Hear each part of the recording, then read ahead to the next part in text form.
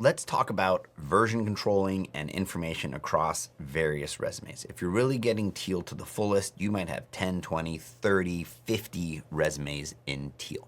And the really powerful thing is being able to push information to all those resumes. Say you want to change one thing real quick, or needing to just make one bespoke change. So let me show you how to do that. So here we are on a particular resume. We'll call this resume 1. And I'm going to go ahead and duplicate this resume, and we'll call this one resume 2. And I'm going to go ahead and duplicate it again, and we'll call this resume 3. So now we've got 3 resumes if we go to our resume builder, resume 1, 2, and 3. And let's go to resume 1. So here we have a bullet. This is a new bullet that has been edited. Let's go ahead and change it again.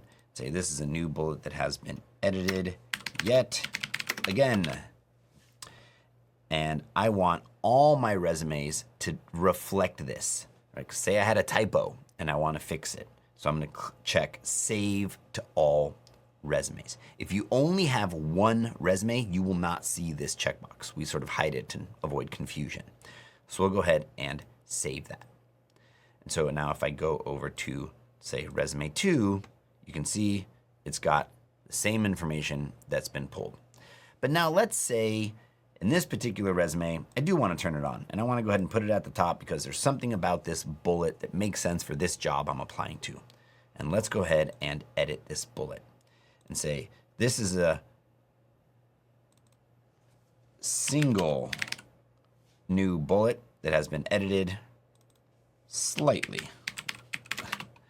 Now this one, I don't want to save to all resumes because I only want to make a slight tweak. Now, when I recommend you do this, now the thinking is, do I make an entirely new bullet or do I make a version of a bullet? I'd say if it's a slight change, maybe a particular keyword or a particular skill, but the intent of the bullet is essentially the same, I would make an edit. If it's an entirely new accomplishment or an entirely new thing you've done, then I would make a new bullet. It's entirely up to you. The tool doesn't have an opinion. It's just sort of how it's intended to be used. So we'll go ahead and save that. So this bullet is here. It shows up just fine. Now let's go back over to resume 1. Resume 1 knows that there is a change in the system. There's a version of this particular bullet that is no longer the same. That's not a bad thing. That's entirely up to you. You can go ahead and update it because it pulls in. Now, one thing to note is every new resume will use the latest version. It always uses the latest saved version. So I'll show you what that means in a second. If we go and update available, now we can sync it back. Say we want to pull this one in. So if you didn't check save all, it's okay. And I can show you how to then push it after if for some reason you did want to. But I'm going to go ahead and cancel that. I'm not going to pull it back, and it's okay. I want this one to be the old version. Now, let's go ahead and make a new resume by going over here and say new resume. This one you'll see uses the latest version. So we'll always use, when you make a new one, the latest edit is what gets recorded to your most current career history. And that's an important thing to know. Now, if you did have an old version you want to use, what I recommend is you duplicate resumes. That's a way to use those. But your career history always uses the latest change. And that's how we manage the versioning of those. So if I go back to one of my other resumes, let's say resume 3, and say I did want to pull in the latest, you click Update Available, and you just do Save Updated Version to this resume. And now it's brought up in sync with all the other resumes. And that's how you can control individual edits per resume, but also publish out changes to any bullet if you needed to. So say I also did want to now go ahead and overwrite them. I can click it and say, one more edit. And now I do check Save to All Resumes.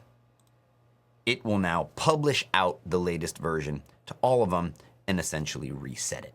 So that is the versioning, and it works, I think, in almost every section. Some it's a little slightly different, but contact info, say in this case, on this resume, I wanted to add a middle initial. and I do not check save to all resumes, it's now going to know if I go back to resume 1 that there's updates available on contact information. And you can see here where my name is a little different and it pulls it in. So it bolded it. You can see Tina Miller, Tina A. Miller. And every section essentially operates the same way. So if you can, for any section of your content, make what I'd call local modifications to that particular resume, or you can globally distribute out those changes. It's a pretty powerful concept. It can get kind of complicated, but once you're really sort of firing on all cylinders with the platform and using multiple resumes, it can really save you a tremendous amount of time. All right, I hope that all makes sense. And if you have any questions or any of it doesn't, please let me know.